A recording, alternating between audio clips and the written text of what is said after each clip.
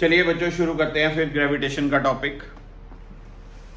Gravitation एक ऐसा topic है आपके +1 के करिकुलम में से जिसमें जेई मेंस हो या नीट का पेपर हो तो एक क्वेश्चन एग्जामिनर ने एडजस्ट करना ही करना है। हर सेट में ऑलमोस्ट हर तरह के कंपिटिटिव पेपर में, बिट सेट में, वीआईटी में अगर +1 का पोर्शन सेट हो, मणिपाल का पेपर जिसमें ग्रेविटेशन की अपनी एक इंडिविजुअल इंपॉर्टेंस है, ग्रेविटेशन का काम आता ही आता है। तो gravitation as the name suggest gravity के साथ रिलेटेड ऑब्वियसली। तो इसमें मेरा बच्चा पार्टी 3 मेन रीजन्स हैं, 3 सेक्शंस हैं इस टॉपिक के।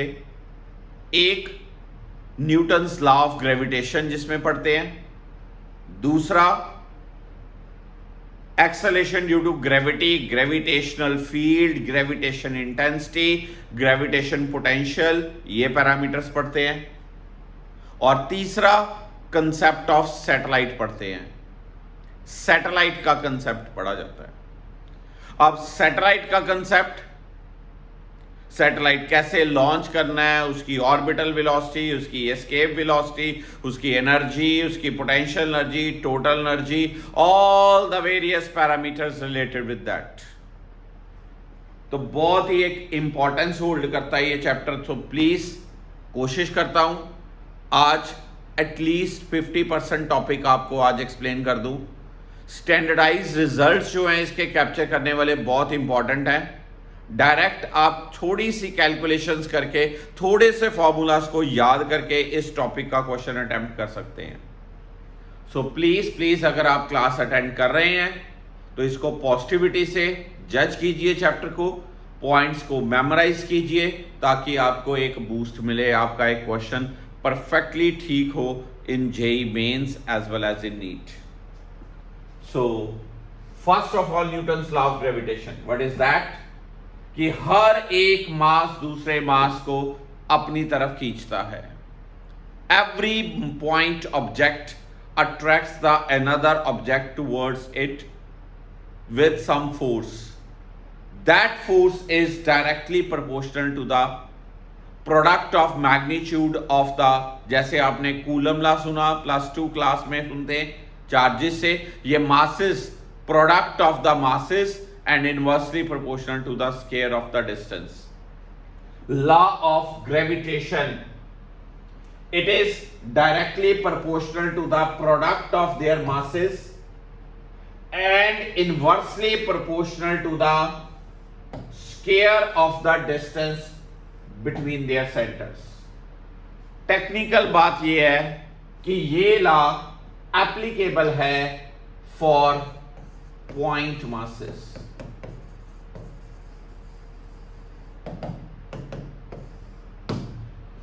ये लॉ एप्लीकेबल है फॉर पॉइंट मासेस, यानी कि मासेस, अगर मैसिव मासेस भी हो, अब आप कहोगे सर ग्रेविटेशन है तो प्लैनेट्स की बात हो रही है, ये छोटे पॉइंट मासेस थोड़ी है, मून की बात हो रही है, अर्थ की बात हो रही है, स्टार्स की बात हो रही है, तो ये तो बहुत मैसिव मासेस हैं। Yes, it is applicable for massive masses provided the gap between them is much larger than their own size. मान लीजिए मेरे पास एक मास है, मेरे पास एक मास है, दिस वन, ठीक है जी, ऐसा ही एक मास है, इन दोनों मासेस के बीच कुछ गैप लिया आपने, ये गैप है मान लीजिए r। अगर r बहुत बड़ा है इनके अपने डायमेंशन से, इनके अपने साइज से, तो लॉ एप्लीकेबल है, अदरवाइज लॉ एप्लीकेबल नहीं है। What is the law? F equals to Gm1 m2 by r square। F gravitational force, G gravitational constant, m1 पहला मास, m2 दूजा mass, r gap between the masses. It means F is equals to what? Gm1 m2 by r square। ये G एक gravitational constant है। अगर हम बात करें vector form की, तो वेक्टर फॉर्म में F12 force on 1 due to 2, F21 force on 2 due to 1. F12 is always equal and opposite to F21, that is action and reaction are equal but opposite. एक मास दूसरे मास को जितनी force से attract करेगा, दूसरा मास पहले मास को उतनी फोर्स से ही अट्रैक्ट करेगा। ठीक है जी। It means F12 is equals to what? Minus of F21. This is action, this is reaction, equal and opposite. What is this particular? This is a unit vector representing the direction of the force. Unit vector representing the direction of the force. This is unit vector को क्या लिख सकते हैं? Vector divided by its magnitude. Vector divided by its mod. Mod में आ गया cube, F12 आई, F21 आया, F12 equals to क्या? Minus of F21। Okay, M1 पहला मास स्केलर है, M2 दूसरा मास स्केलर है, R gap between the masses scalar है। अगर फोर्स एक वेक्टर टर्म है तो उसको वेक्टर राइट साइड में बनाने के लिए मुझे ये यूनिट वेक्टर की यूज करना पड़ा, ये यूनिट वेक्टर बना।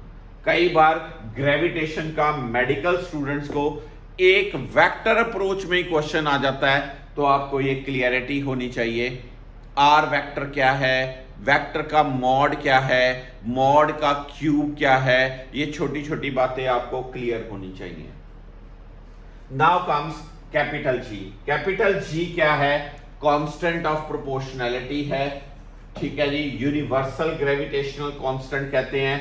क्यों यूनिवर्सल ग्रेविटेशन कांस्टेंट क्यों कहते हैं बच्चा पार्टी?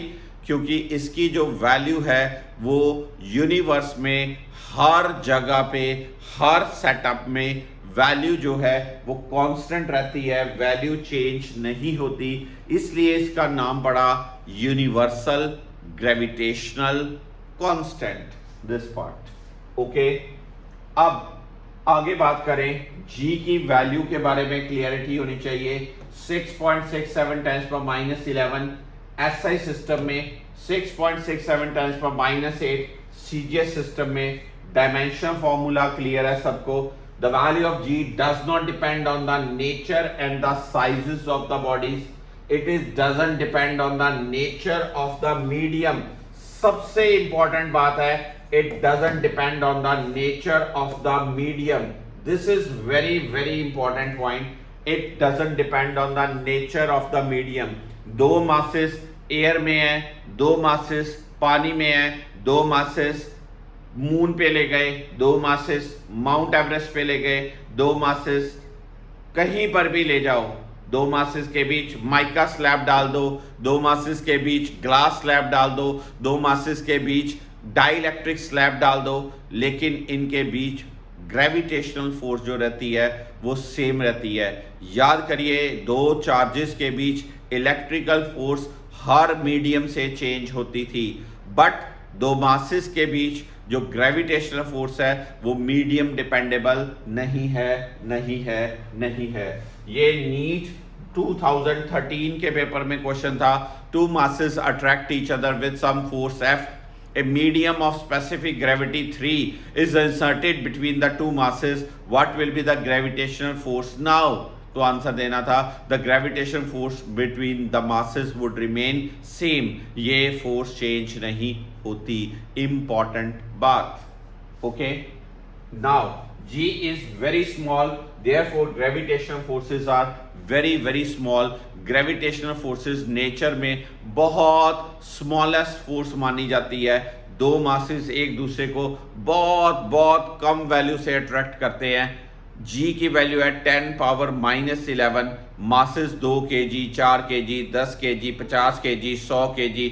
मासेस की वैल्यू ये हो, मासेस की वैल्यू छोटी नॉमिनली डेली लाइफ के मासेस हों तो जो फोर्स की वैल्यू है वो बहुत कम होती है, इसलिए ग्रेविटेशनल फोर्सेस बहुत वीकर मानी जाती हैं अनलेस एंड अनटिल मासेस बहुत मैसिव हों, like mass of earth 10 power 24 kg, mass of moon 10 is per 22 kg, mass of sun 10 is per 30 kg। जब बहुत मैसिव मासेस होते हैं तो gravitation forces effective role play करती हैं, बट डेली लाइफ में हमें ग्रेविटेशनल फोर्सेस जो मटीरियलिस्टिक ऑब्जेक्ट्स हमारी सराउंडिंग में हैं उनके साथ जुड़ी हुई ग्रेविटेशनल फोर्सेस वेनिशिंगली स्मॉल, क्योंकि जी की वैल्यू बहुत छोटी होती है, जी बहुत स्मॉल होता है। Okay, now comes acceleration due to gravity. जिस एक्सेलरेशन से अगर हमारे पास एक ऑब्जेक्ट, कोई ये पेन है, मान लीजिए कोई ऑब्जेक्ट है, कोई हाथ में आपके बॉल है, कोई चीज है, उसको अर्थ अपनी तरफ जिस फोर्स से अट्रैक्ट करती है दैट इज ग्रेविटेशनल फोर्स, उसके कारण जुड़ी हुई फोर्स उसको ग्रेविटी फोर्स भी बोलते हैं। और उसके कारण जो एक्सेलरेशन डेवलप होता है बॉडी में, उस एक्सेलरेशन का नाम है acceleration due to gravity, small g. Acceleration due to gravity का बेसिक फॉर्मूला कहां से आता है? F इक्वल टू क्या आता है? GMM by are square. G gravitation constant, M mass of earth, small m mass of object, R radius of earth. इसके कारण इस फोर्स को मैं GMM बाई आर स्क्वायर को मैं इक्वेट कर दूं मास इनटू एक्सेलरेशन, तो यहां से मास कट गया, जो एक्सेलरेशन बना, इस एक्सेलरेशन का नाम है एक्सेलरेशन ड्यू टू ग्रेविटी। इस एक्सेलरेशन को स्मॉल जी से हम रिप्रेजेंट करते हैं, तो स्मॉल जी का फॉर्मूला बनता है GM बाई आर स्क्वायर। अगर मैं अर्थ को एक स्फेरिकल ऑब्जेक्ट मानूं, तो G by are square, mass का formula 4/3 pi R cube into rho, तो ये स्टेप बनता है 4/3 pi G are row.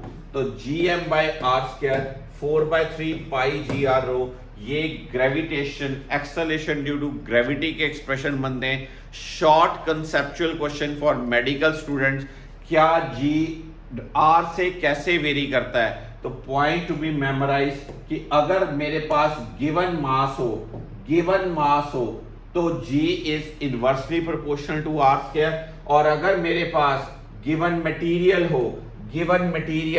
Density fix हो तो G is proportional to R।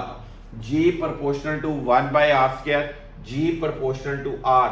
It means acceleration due to gravity R के इनवर्सली स्क्वायर है और acceleration due to gravity R के डायरेक्टली प्रोपोर्शनल है, but for a given material. अगर मुझे density fix हो तो G का मुझे फॉर्मूला ये यूज करना है, अगर मुझे मास फिक्स हो तो G का फॉर्मूला मुझे ये यूज करना है। बहुत इंपॉर्टेंस होल्ड करता है। अब ये G के दो फॉर्मूलाज बने आपके पास, GM by are square and 4/3 pi G are rho. Entire PDF will be shared with all of you. Video lecture will be shared with all of you. ठीक है, वीडियो लेक्चर के नीचे ही मैं सारी PDF का लिंक अपलोड कर दूंगा, तो आप सारे ये स्लाइड्स डाउनलोड भी कर सकते हो, आपके सिस्टम में सारी आ जाएंगी। सारी बातें अच्छे ध्यान से सुनिए। फॉर गिवन मास G का formula GM by are square, for given material G का formula 4/3 pi G are rho. Right, it means हर एक प्लेनेट का अपना अपना साइज, अपना अपना मास, अपना अपना साइज, इसलिए हर एक प्लेनेट की अपनी अपनी G की वैल्यू होती है, but G is independent. Word आया, G is independent of the mass of the body, density of the body on the surface of the planet. जिस प्लेनेट के सरफेस पे आपने उस ऑब्जेक्ट को रखा, उस ऑब्जेक्ट का मास क्या है, उस ऑब्जेक्ट की डेंसिटी क्या है, उसका कोई लिंक नहीं। किसका लिंक? प्लैनेट का मास, प्लैनेट का साइज, प्लैनेट की डेंसिटी, उसका लिंक। इट मींस एक ये कंसेप्चुअल चीज, जितना ज्यादा value m by are square की, जितनी ज्यादा value m by are square की, और जितना रो आर की वैल्यू, उतनी G की वैल्यू ज्यादा, उतनी उस प्लेनेट पे G की वैल्यू ज्यादा। Okay, more the value of m by are square, इसका मतलब m ज्यादा होना चाहिए, r कम होना चाहिए, तब g ज्यादा है। और दूसरी बात, r भी ज्यादा हो और डेंसिटी भी ज्यादा हो, तब g ज्यादा होगा। दिस इज द फंडा। और g की वैल्यू कितनी वैल्यू आती है? 9.8 मीटर पर सेकंड स्क्वायर हम अर्थ पे लेते हैं, 980 सेंटीमीटर पर सेकंड स्क्वायर और 32 फीट पर सेकंड स्क्वायर। एफपीएस सिस्टम में तीन वैल्यूज आपको पता होनी चाहिए। पहली तीन वैल्यूज बड़ी बार यूज की, 9.8 मीटर पर सेकंड स्क्वायर, 981 सेंटीमीटर पर सेकंड स्क्वायर और 32 फीट पर second square. Acceleration due to gravity बड़े सारे फैक्टर्स पे डिपेंडेबल होती है। बहुत सारे ऐसे फैक्टर्स हैं जिनके कारण acceleration due to gravity change होती है। It depends on the shape of the earth, shape of the earth पे, height above the earth, depth below the earth and axial rotation of the earth. अपने अपने axis पे earth rotate कर रही है, उसके कारण जी वेरी करेगी। अर्थ की शेप जो है वो फ्लैटेंड है, वो परफेक्ट स्फेरिकल नहीं है, उसके कारण भी जी वेरी करेगी। अगर अर्थ के सरफेस से हम ऊपर जाते जाएंगे तब भी जी वेरी करेगी। अगर हम अर्थ के सरफेस से नीचे जाते जाएंगे तब भी जी वेरी करेगी। इसका मतलब major there can be 4 categories of the questions on the variation of G. G varies because of 4 factors. Number 1, shape of the earth. Number 2, height above the earth. Number 3, depth below the earth. Number 4, axial rotation of the earth. First of all, shape of the earth. As we know, earth shape is not perfectly spherical. It is bulged at the equator and then flattened at the pole. This part, it means इसकी जो shape है वो थोड़ी सी चिपकी हुई है। कितनी? इसकी एलिप्टिकल शेप है, एलिप्स के फॉर्मेट में, यानी कि जो इक्वेटोरियल रेडियस है वो पोलर रेडियस के बराबर नहीं है। इनके बीच अप्रोक्सीमेटली जो डिफरेंस है बच्चा पार्टी, वो याद रखना 21 किलोमीटर का है। Equatorial radius is more than polar radius by 21 kilometre approximately. 21 kilometre negligible gap होता है, निग्लिजिबल गैप। 21 किलोमीटर बहुत निग्लिजिबल है विद रिस्पेक्ट टू 6000 किलोमीटर।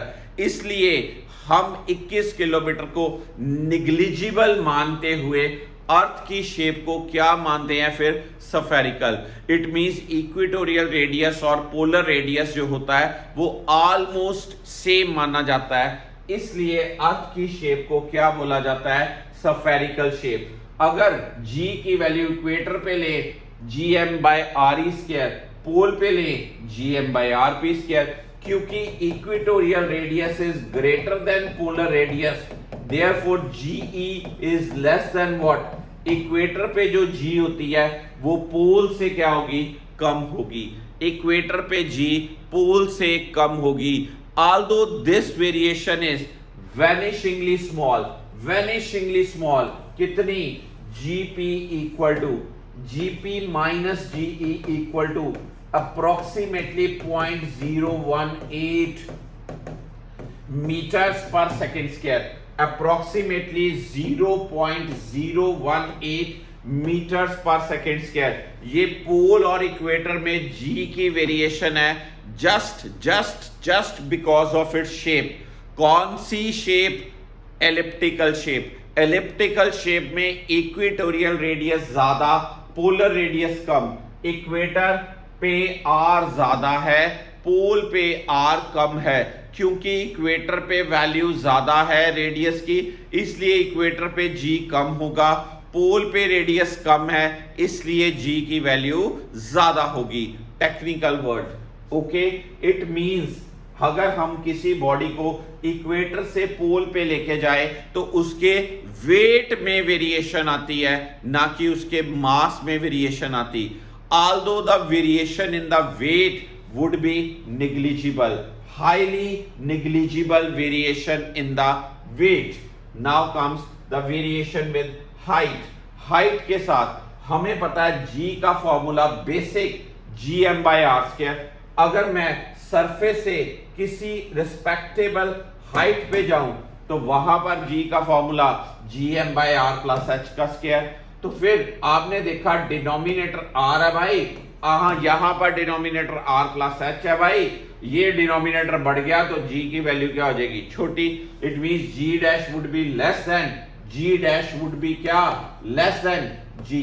जितना डिनोमिनेटर ज्यादा उतना g की value come, g dash would be less than g। जितनी हम हाइट पे ऊपर ऊपर ऊपर ऊपर जाते जाएंगे g की वैल्यू डिक्रीज होती जाती है।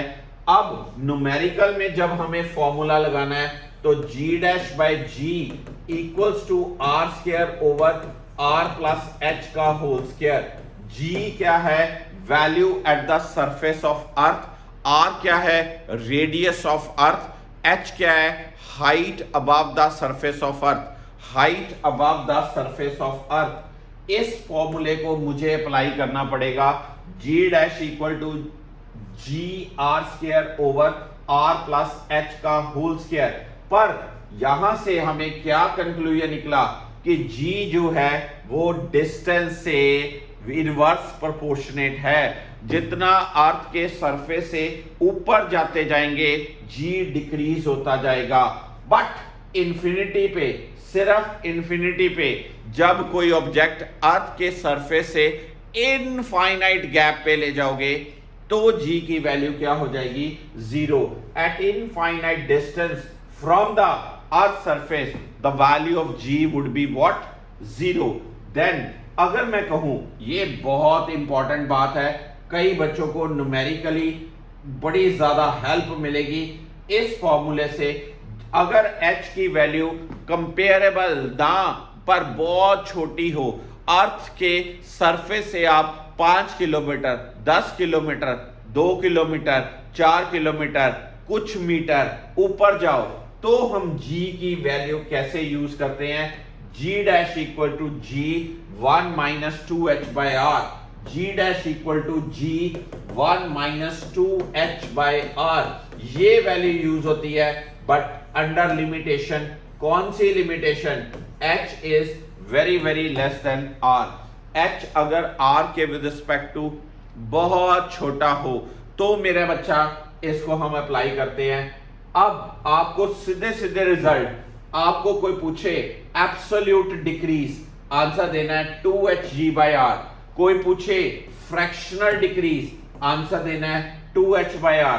कोई पूछे परसेंटाइल डिक्रीमेंट, आंसर देना है 2h/r इंटू 100%। इसका मतलब आपके पास पहला फॉर्मूला, दूसरा फॉर्मूला, तीसरा फॉर्मूला, ये तीन रिजल्ट्स बहुत इंपॉर्टेंस होल्ड करते हैं। किसके लिए, डिक्रीमेंट फाइंड आउट करनी। किसके साथ decrement, with the height decrement. As you move above the surface of earth the value of g decreases. If it decreases, उसकी वैल्यू को जज करने के लिए आपके पास 3 शॉर्टकट्स हैं, ये आपको शॉर्टकट्स जज करने हैं। ओके बच्चा, ये चीज को आगे देखिए। अगर मैं यहां पर डेप्थ में जाता हूं, अगर मैं डेप्थ पे जाता हूं तो टेक्निकल ग्राउंड ये है कि अगर आप अर्थ के सरफेस पे हो तो g की वैल्यू है gm/r²।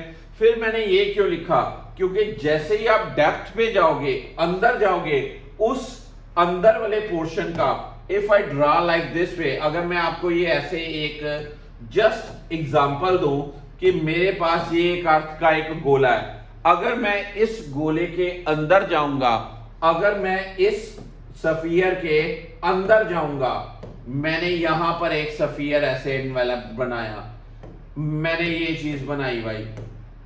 अब क्या इस व्हाइट पोर्शन का मास और पूरे ब्लू पोर्शन का मास सेम है? कभी भी सेम नहीं है। इसका मतलब जैसे हम नीचे जाते हैं मास वेरीज। इसका मतलब कौन सी चीज ऐसी है जो कांस्टेंट रहेगी, कौन सी चीज कांस्टेंट रहेगी भाई साहब, नीचे जाते वक्त उसकी डेंसिटी कांस्टेंट रहेगी। तो मुझे कौन सा फॉर्मूला यूज करना है फिर जी का, नीचे जाते वक्त डेंसिटी वाला फॉर्मूला यूज करना है। अगर मैं सरफेस पे हूं तो जी की वैल्यू 4/3 पाई GR रो, और नीचे डेप्थ में g की वैल्यू 4/3 पाई जी रो जी r माइनस टी। जब मैं इन दोनों इक्वेशन से कंपेयर करूंगा तो g डैश की वैल्यू आती g1 minus D by are. इसका मतलब अर्थ के सरफेस से नीचे जाते वक्त भी g की वैल्यू डिक्रीज होती है। जितना हम नीचे जाते जाएंगे उतनी g की वैल्यू क्या डिक्रीज होती है। इट मींस यहां पर अगर मैं बात करूं d की वैल्यू r है तो g की वैल्यू 0। इट मींस अगर आप अर्थ के सेंटर पे चले गए, बिल्कुल at the centre of the earth, वहां पर g की value acceleration due to gravity क्या 0 होगी।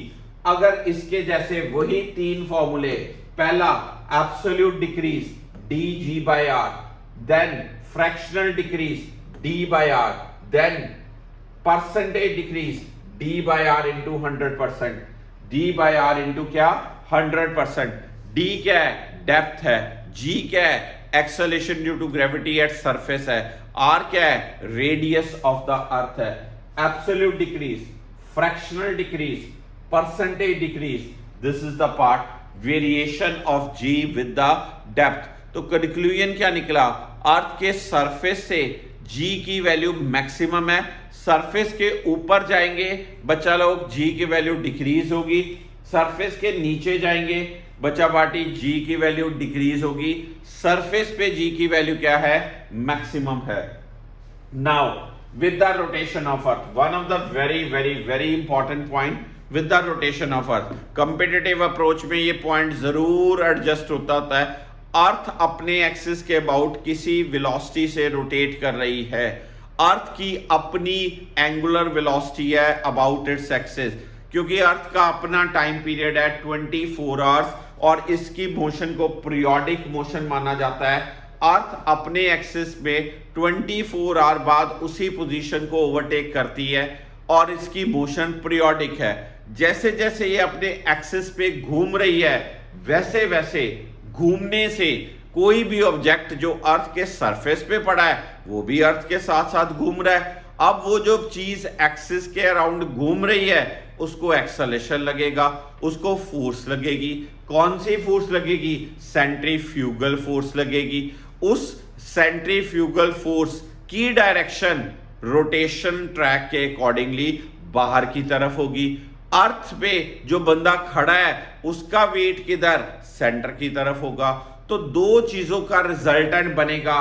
कौन सी दो चीजें, एक बंदे के ऊपर सेंट्रीफ्यूगल फोर्स, एक बंदे का अपना वेट। उन दो चीजों के कारण अर्थ के ऊपर जो बंदा खड़ा है उसके जो वेट में, ऑब्जर्वेशन वेट में जो वैल्यू आएगी वो एक्चुअल वेट से डिफरेंट आएगी।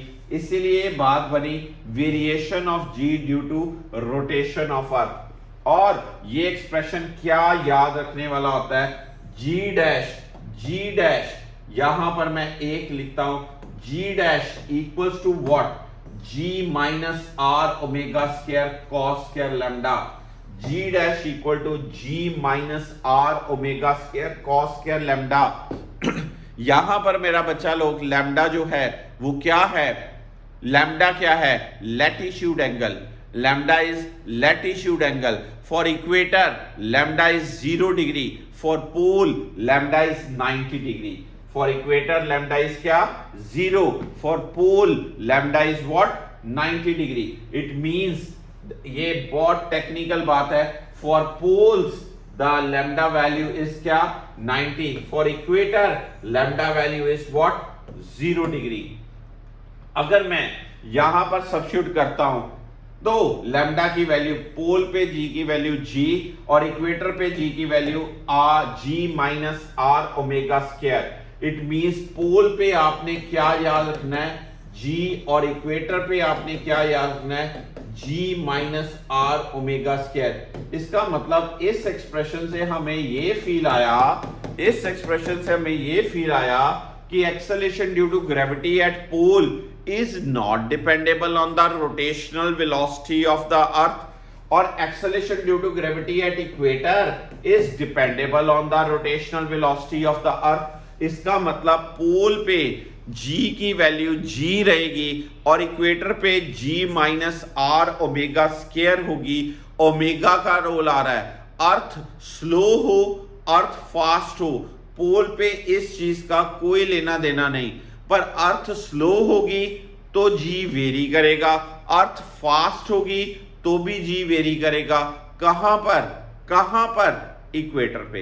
इट मींस अर्थ की अपनी एंगुलर वेलोसिटी ने अफेक्ट करना है किसको? वैल्यू ऑफ जी को at equator. Very very very important point.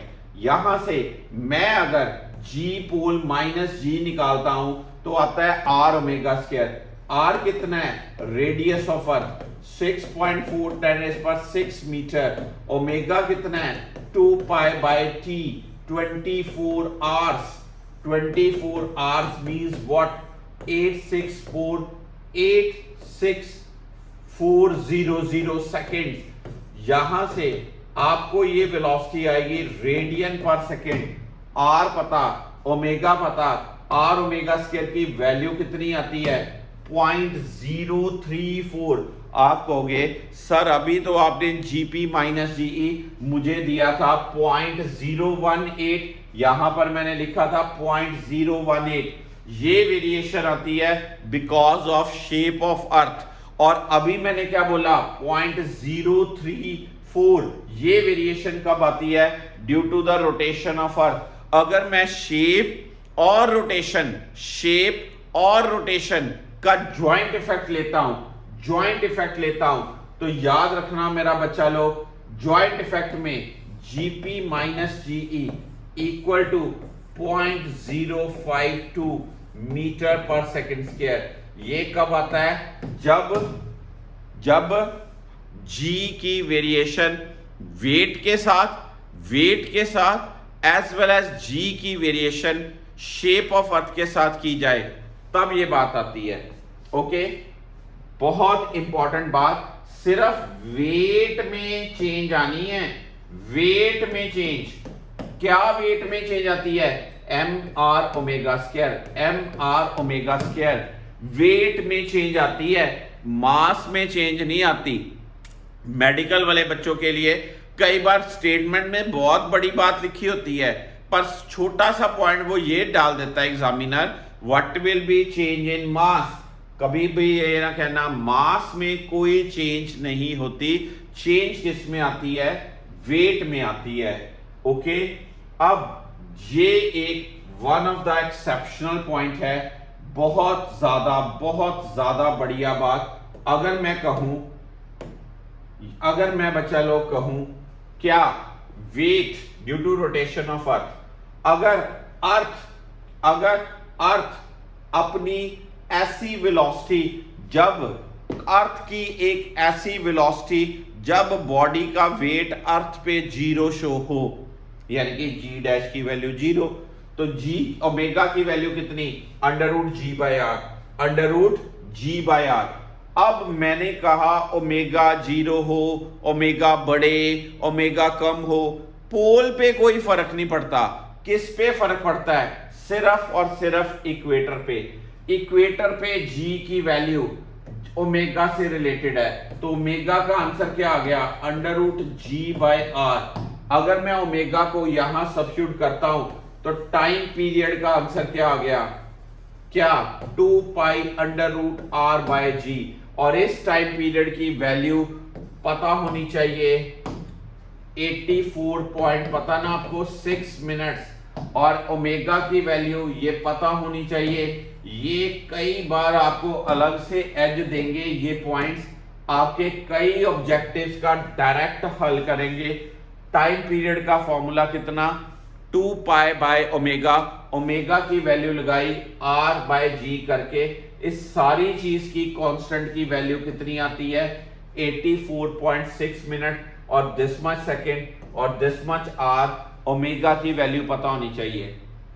अब ये एक बहुत इंपॉर्टेंट बात है, अगर अर्थ अपने रोटेशन से 17 टाइम्स फास्ट चले, 17 टाइम्स फास्ट चले, अभी प्रेजेंटली अर्थ एक चक्कर कितने टाइम में कवर कर रही है? 24 आवर्स में।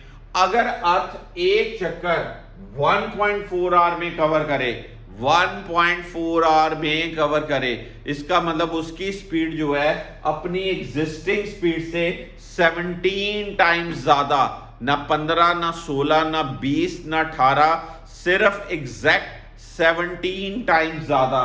अगर 17 टाइम्स ज्यादा होगी तो अगर अर्थ की स्पीड 17 टाइम्स ज्यादा होगी तो अगर अर्थ की स्पीड अपनी एग्जिस्टिंग स्पीड से 17 टाइम्स ज्यादा होगी तो हर ऑब्जेक्ट इक्वेटर पे पड़ा फ्लाई ऑफ हो जाएगा, उसका वेट 0 होगा। Very very very important result, direct आपको याद होना चाहिए क्या, 17 टाइम्स फास्टर। उस सिचुएशन में सारे ऑब्जेक्ट्स फ्लाई ऑफ हो जाएंगे। अगर अर्थ अपने एक्सिस पे, अगर अर्थ अपने एक्सिस पे स्टॉप हो जाए, if earth stops rotating about its own axis, then the weight of the object on the equator, weight of the object on the equator will increase by what factor, mr omega square, this thing, okay। पर ये यार बच्चों important बहुत बात है, अर्थ अपने axis के about कितने टाइम में एक चक्कर लगाती, 24 आवर्स में।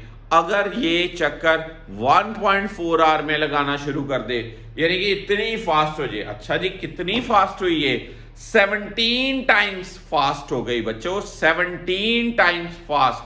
तो हर बच्चा, हर चीज, हर ऑब्जेक्ट जो इक्वेटर पे पड़ा होगा वो फ्लाई ऑफ हो जाएगा।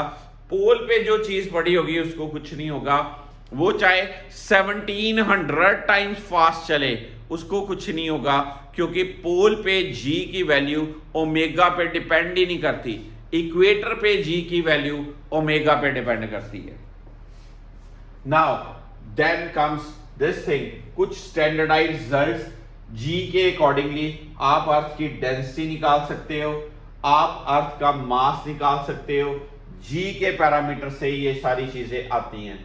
तो यहां से यहां पर हम बात करें कि यहां तक जी के 4 फैक्टर्स कंप्लीट होते हैं, variation of g with height, variation of g with depth, variation of g with shape of earth, variation of g with rotation of earth, rotation तक वेरिएशन कंटेंट कंप्लीट होता है।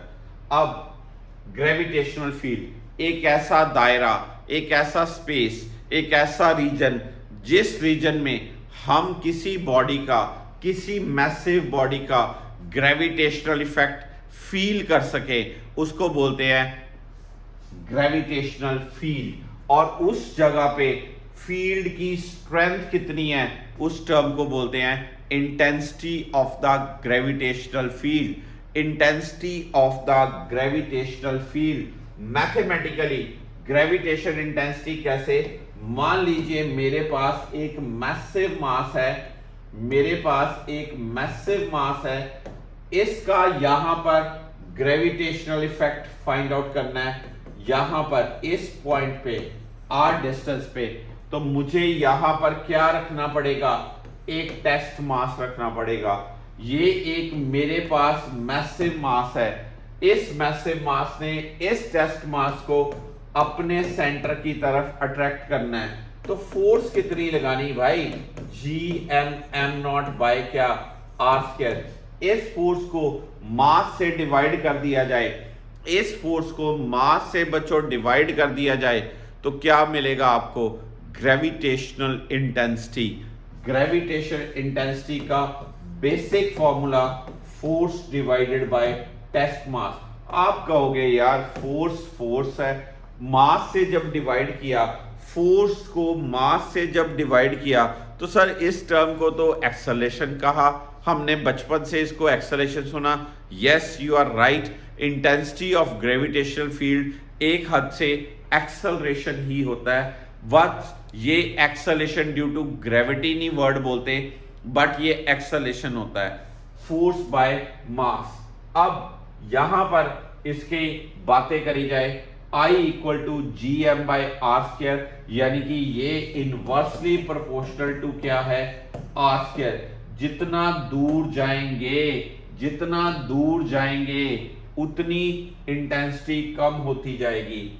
अगर मेरे पास बहुत सारे मैसिव मासेस हो, m1 m2 m3 m4 up to mn, मेरे पास ये मासेस हो, तो नेट जो इंटेंसिटी है वो फॉर्मूला क्या होता है, vector sum of individual intensities, vector sum of individual intensities.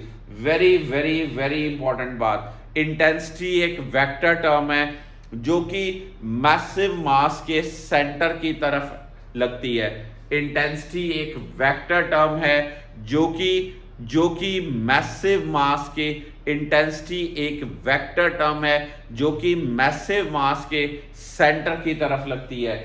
इसलिए हमें इसको वेक्टोरियली डील करना होता है। Net intensity equal to vector sum of individual intensities.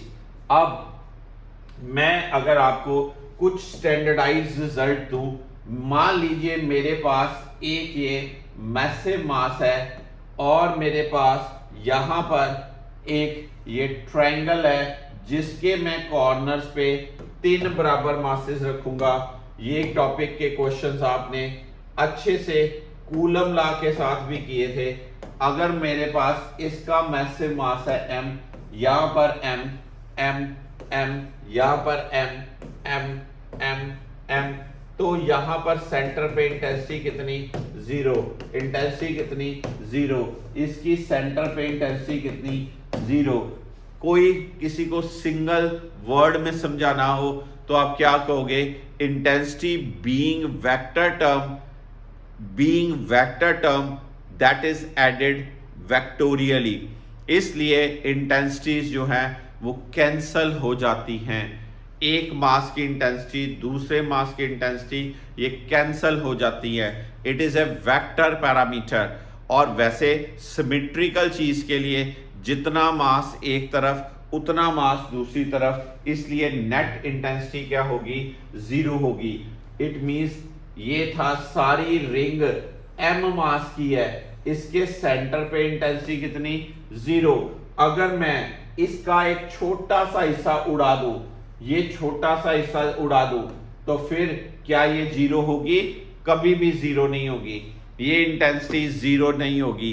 क्या होगी, इस छोटे हिस्से का जो मास था I equal to g, that part mass divided by r square, this would be the case. पर अगर ये पूरा है तो इंटेंसिटी क्या होगी, 0 होगी। इंटेंसिटी के लिए मुझे यूज करना पड़ता है g mass of that part divided by distance का square. Same point of zero intensity, one of the very very important point of zero intensity. क्या अगर मेरे पास यहां पर 2 मासेस है, अगर मेरे पास यहां पर 2 मासेस है और मैं इन दोनों मासेस के बीच कोई एक न्यूट्रल पॉइंट निकालना चाहता हूं, जिस पॉइंट पे एक मास को रखा जाए, इसकी इंटेंसिटी और इसकी इंटेंसिटी एक दूसरे को नलीफाई कर दे, उस पर्टिकुलर पॉइंट को बोला जाएगा न्यूट्रल पॉइंट। और इस पर्टिकुलर पॉइंट पे नेट इंटेंसिटी क्या होगी, 0। और आप लोगों को इसका फॉर्मूला आता है, क्या शॉर्टकट बनाना होता है, this x equals to √m1d over √m1 plus √m2, m1d over √m1 plus √m2। मान लीजिए मेरे पास यहां पर है m1 और यहां पर है m2। सुनने वाली बात, इन दोनों के सेंटर्स के बीच गैप है d, और यहां से मैंने x गैप पे कोई m0 रखा, तो ये कितना हो जाएगा, d माइनस x। x की वैल्यू क्या आएगी, √m1d over √m1 plus √m2, और d माइनस x की वैल्यू क्या आएगी, √m2d over √m1 plus √m2। This is the part. It means आपको न्यूट्रल पॉइंट की लोकेशन के लिए ये शॉर्टकट फॉर्मूला याद रखना है। अगर मैं कहूं मेरे पास मैसिव बॉडी एक अर्थ है, अर्थ के सरफेस पे इंटेंसिटी, तो वो याद रखना g mass of earth divided by r square. G mass of earth divided by are square. G की वैल्यू ये होती है, तो यार इंटेंसिटी की वैल्यू स्मॉल जी। ये तभी होगा जब आपके पास जो मैसिव बॉडी है वो सारी की सारी अर्थ हो और आपका ऑब्जर्वेशन मास जो है, आपका टेस्ट मास जो है वो अर्थ के सरफेस पे पड़ा हो, अर्थ के सरफेस पे पड़ा हो। ठीक है जी। अब ये इंपॉर्टेंट पॉइंट्स, सीधे सीधे रिजल्ट्स आपके लिए। सॉलिड स्फीयर के बाहर इंटेंसिटी, सॉलिड स्फीयर के सरफेस पे इंटेंसिटी, सॉलिड स्फीयर के अंदर इंटेंसिटी, सॉलिड स्फीयर के सेंटर पे intensity, intensity at centre of solid sphere is what? Zero. Earth के सेंटर पे, अर्थ क्या एक सॉलिड स्फीयर है, सेंटर पे इंटेंसिटी कितनी? जीरो। सेंटर से सरफेस की तरफ बढ़ोगे, intensity is directly proportional to this thing. Surface पे इंटेंसिटी क्या? कांस्टेंट। कांस्टेंट की वैल्यू कितनी? जी। सरफेस के बाहर क्या? Intensity decreases. कैसे decreases? I is inversely proportional to what? R square. This thing. तो ये जो ग्राफ है ये इंपॉर्टेंस होल्ड करता है, बात क्लियर होनी चाहिए। पर ये किसके लिए है? Solid sphere. किसके लिए? Solid sphere. अर्थ एक सॉलिड स्फीयर है, ये बात याद रखिएगा। अर्थ एक सॉलिड स्फीयर है। ठीक है। अगर मेरे पास स्फेरिकल शेल हो, हॉलो स्फीयर, स्फेरिकल शेल जो अंदर से खाली, अंदर हर पॉइंट पे इंटेंसिटी कितनी? जीरो। सरफेस पे इंटेंसिटी कितनी? gm by are square. बाहर इंटेंसिटी कितनी? This thing. इसका मतलब सेंटर से सरफेस तक चलेंगे, इंटेंसिटी कितनी? जीरो। सरफेस पे क्या? मैक्सिमम। सरफेस के बाहर क्या? It will decrease. This is about the spherical shell. अगर मैं सर्कुलर रिंग की बात करूं, यहां पर सेंटर पे, सर्कुलर रिंग के सेंटर पे इंटेंसिटी कितनी? जीरो। और एक्सिस पे very very very very important, GMR over r square plus a square power 3/2। GMR over r square plus a square power 3/2। This is the intensity at any point on the axis, at any point on the axis of the circular ring। Circular ring के axis पे आपने जब intensity ली, ये क्या है? Spherical shell. ये क्या था? Solid sphere. सारी बातें आपको। और ये अगर बात करें disc, very important and exclusive thing, disc के सेंटर पे इंटेंसिटी जीरो, डिस्क के एक्सिस पे intensity 2gm by a square 1 minus cos theta, 2gm by a square 1 minus cos theta. और अगर कॉस थीटा नहीं लेना तो ये इंटेंसिटी। यही सारे की सारी बातें क्या होती हैं? Electric field intensity due to a conducting charge sphere, due to a non conducting charge sphere, electric field intensity due to the circular ring, electric field intensity due to the circular disc. सारी बातें आपको clear होनी चाहिए।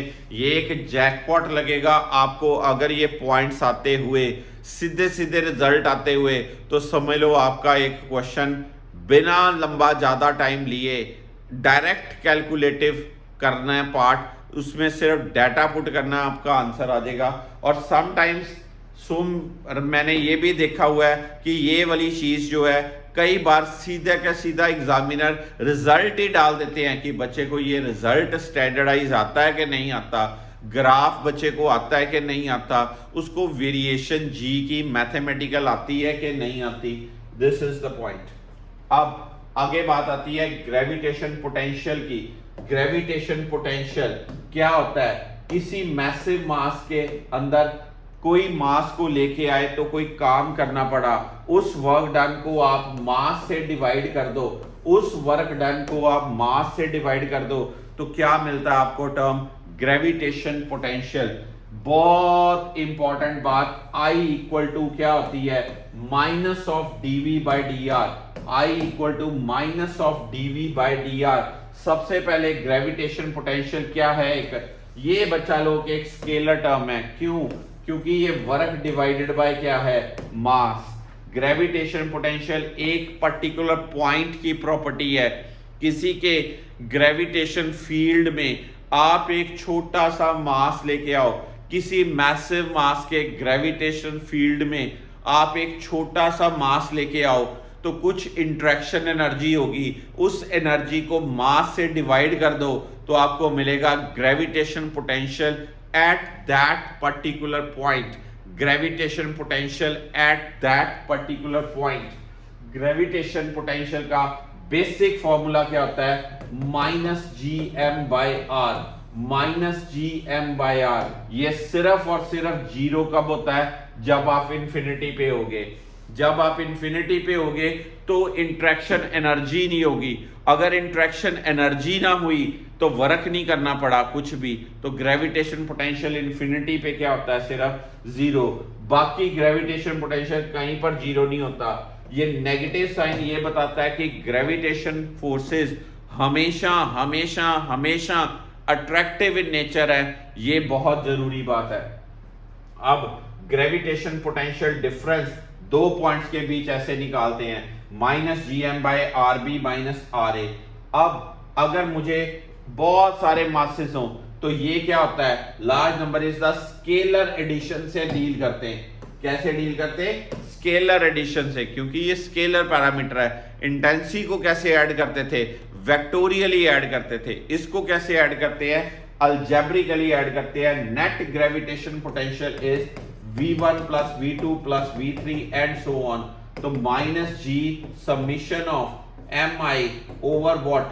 Are i, i varying from 1 to n. This is the gravitation potential. Okay, अब जहां पर point of zero potential, जहां पर ग्रेविटेशन जो है इंफिनिटी से लेके आए पर आपका वर्क करना जीरो हुआ, उस पॉइंट पे ग्रेविटेशन पोटेंशियल जीरो हो सकता है, अदरवाइज ग्रेविटेशन पोटेंशियल जीरो नहीं हो सकता। ठीक है जी।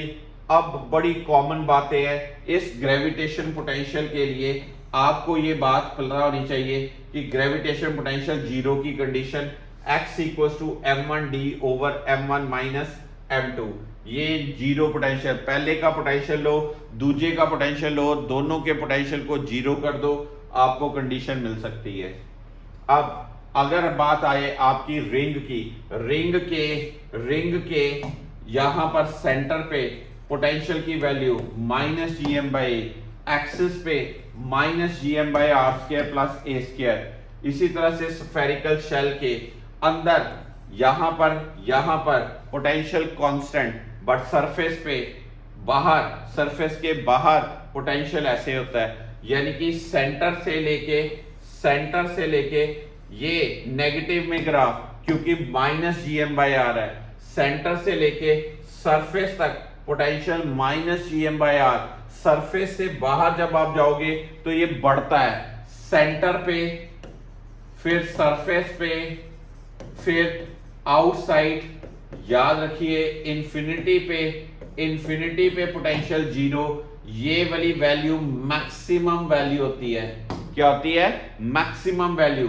सेंटर पे minus G M by r, इन सरफेस पे minus G M by r. हर पॉइंट पे पोटेंशियल की वैल्यू क्या होती है? सेम होती है। बाहर जाते वक्त ये बढ़ता है, बढ़ता इंफिनिटी पे क्या होता है? मैक्सिमम होता है। कितनी वैल्यू होती है?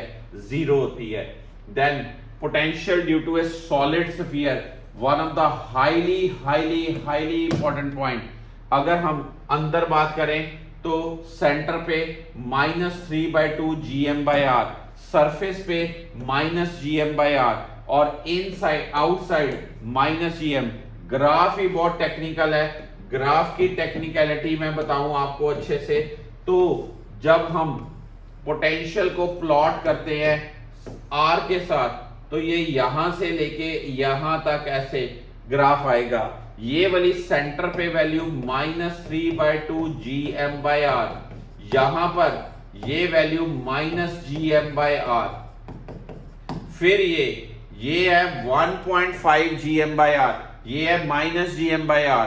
बड़ी टेक्निकल बात, सेंटर पे ज्यादा, सेंटर से सरफेस तक आते आते कम, बाद में फिर बढ़ेगा और इन्फिनिटी पे पोटेंशियल कितना होगा, 0 होगा। इन्फिनिटी पे पोटेंशियल, ये बहुत इंपॉर्टेंट रिजल्ट है, ये जरूर जरूर जरूर हर बच्चे को रिजल्ट आना चाहिए। यही रिजल्ट कुछ बच्चों की डिस्टिंक्शन क्रिएट कर देते हैं, अगर आपको याद रहे तो।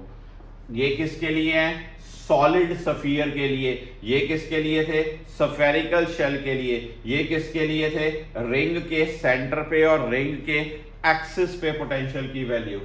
फिर आती बात gravitation potential energy. Gravitation potential energy, energy word आ रहा है तो क्या बनी बात, वर्क डन के साथ रिलेट हुई बात। वर्क डन कैसे, माइनस, पहले work done equal to minus g m1 m2 by क्या, r. This is called interaction energy between two masses m1 as well as m2 minus g m1 m2 divided by r. इसको बोलते हैं gravitation potential energy, work done के साथ related होती है।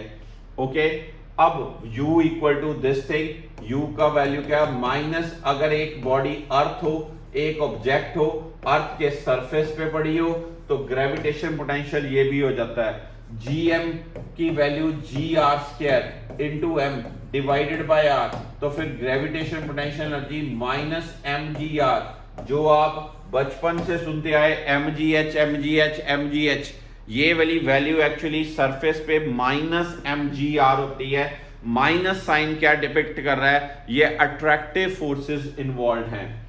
Okay, जब हमें सारे मासेस की एनर्जी निकालनी, तो ऐसे अगर मुझे एक मास को मूव करना है एक r1 पॉइंट से r2 पॉइंट तक, तो वर्क डन का फॉर्मूला, ओ हो, r1 से r2 तक, तो change in gravitation potential energy gmm by 1 by r1 minus 1 by r2, gmm by 1 by r1 minus 1 by r2। ठीक है, अब अगर मैं कहूं बात पोटेंशियल एनर्जी, छोटा मास और पोटेंशियल मल्टीप्लाई कर दो, तो ये एक तरह की रिलेशन आपके पास और आ जाता है। इट मींस आपको gravitation potential energy, work done against gravity, बात एक ऐसे सारे के सारे एक्सप्रेशंस याद करने वाले बनते हैं कि इनका यार किसी बॉडी को अर्थ के सरफेस से आपने शिफ्ट करना है, कुछ काम करना पड़ेगा, वो काम के सारे एक्सप्रेशन, उन सारे एक्सप्रेशंस को क्या बोला जाता है, ग्रेविटेशनल पोटेंशियल एनर्जी या वर्क डन के साथ रिलेटेड बातें। ठीक है, और यहां अगर हम बात करें ये सारे, इसके बाद आती है एक बात कि अगर मैं ऐसा काम करूं और वो काम से अर्थ की ग्रेविटेशन फील्ड को कोई चीज क्रॉस कर जाए, उस वर्क डन के साथ जुड़ी बात क्या है, escape velocity of the object. Escape velocity of the object, क्या एस्केप वेलोसिटी का कंटेंट बना, minimum velocity with which it must be projected so as to just overcome the gravitational pull, उस वेलोसिटी का नाम है एस्केप वेलोसिटी। वर्क डन निकाला और work done को काइनेटिक एनर्जी के इक्वेट कर दो, यहां से आपके पास एस्केप वेलोसिटी का फॉर्मूला आता है √2gm डिवाइडेड बाय r, और एस्केप वेलोसिटी का फॉर्मूला आता है r√8/3πgr. ये फॉर्मूला बहुत कम बच्चों ने अप्लाई करना है, बहुत कम बच्चों ने apply, r√8/3πgr. This is the formula for escape velocity of the any object. Escape velocity जो होती है, escape velocity mass of object पे डिपेंडेबल नहीं होती, escape velocity डायरेक्शन पे डिपेंडेबल नहीं होती। escape velocity कहे कोई आपको escape velocity जी अर्थ की कितनी है, आप यहां पर अर्थ का मास, अर्थ का रेडियस पुट कर दो, आपको वैल्यू आती 11.2 किलोमीटर्स पर सेकेंड। 11.2 किलोमीटर्स पर सेकेंड। आपको कोई पूछे अगर अर्थ की एस्केप वेलोसिटी 11.2 किलोमीटर पर सेकेंड है, उसको 45 डिग्री पे लॉन्च किया, अब एस्केप वेलोसिटी कितनी होगी, आपने कहना भाई साहब वो तो सेम होगी escape velocity independent of the angle of projection है। आपको कोई पूछे एक ऑब्जेक्ट जिसका मास m है उसको थ्रो किया, एस्केप वेलोसिटी 11.2 है, अगर उस मास की वैल्यू 10 टाइम्स ज्यादा कर दी जाए तो एस्केप वेलोसिटी कितनी होगी? आपको जवाब देना भाई साहब एस्केप वेलोसिटी सेम होगी, क्योंकि escape velocity mass of the object पे डिपेंडेबल नहीं है। अच्छा जी, फिर एस्केप वेलोसिटी किस पे डिपेंडेबल है? आपको जवाब देना है कि एस्केप वेलोसिटी जो है वो डायमेंशंस ऑफ द प्लेनेट पे डिपेंडेबल है। अर्थ की अपनी है, मून की अपनी है, मार्स की अपनी है, जुपिटर की अपनी है, वीनस की अपनी है, हर किसी की अपनी अपनी एस्केप वेलोसिटी है। अब चीजों को जब इन्फिनिटी से लेके आए अर्थ के ग्रेविटेशन फील्ड में, ग्रेविटेशन, पोटेंशियल, एनर्जी, कुछ एनर्जी प्रोवाइड की कि चीजें अर्थ के सरफेस से ऊपर इन्फिनिटी की तरफ जाएं, तो उसमें कौन सी टर्म रिलेटेड होगी? Escape velocity. Very very very important content. तो ये दो सेक्शंस मेरा बच्चा यहां पर अभी खत्म होते हैं। पहला सेक्शन जो था वो सारा जी की वेरिएशन और न्यूटन के लॉ पे, दूसरा जो सेक्शन है वो gravitation field, gravitation potential, gravitation energy, इस पे बेस्ड है। और तीसरा जो सेक्शन इसके अंदर आता है वो थर्ड सेक्शन आता है पूरी की पूरी परफेक्ट नॉलेज सैटेलाइट के ऊपर, सैटेलाइट की launching, various parameters related with satellite and the Kepler's laws for planetary motion. तब जाके ये ग्रेविटेशन होता है। इसका सेकंड पार्ट जो लेक्चर का है वो मैं अगले नेक्स्ट में आपको अनाउंस करूंगा कि कब शेयर होगा। तो ये होपफुली फर्स्ट पार्ट आपको कई पॉइंट्स रिफ्रेश हुए। हाँ जी बच्चों, कुछ चीजें समझ लगी आपको, थोड़ा सा ब्रश अप हुआ है आपका लेक्चर? तो इसके साथ यहां पर आज मैं लेक्चर रोक रहा हूं। अगला जो लेक्चर है सैटेलाइट की लॉन्चिंग का जल्द ही आपके सामने एक्सप्लेन करूंगा, सो दैट कि हमारा एक जो क्वेश्चन है वो परफेक्ट हो। अगले लेक्चर के साथ मैं कुछ क्वेश्चंस लेके आऊंगा जो प्रीवियस जेईई मेंस में और नीट में इस ग्रेविटेशन में से पूछे गए हैं। मैं आपको वो क्वेश्चंस एक्सप्लेन करूंगा, तो अच्छी तरह से इसको कैप्चर करिए।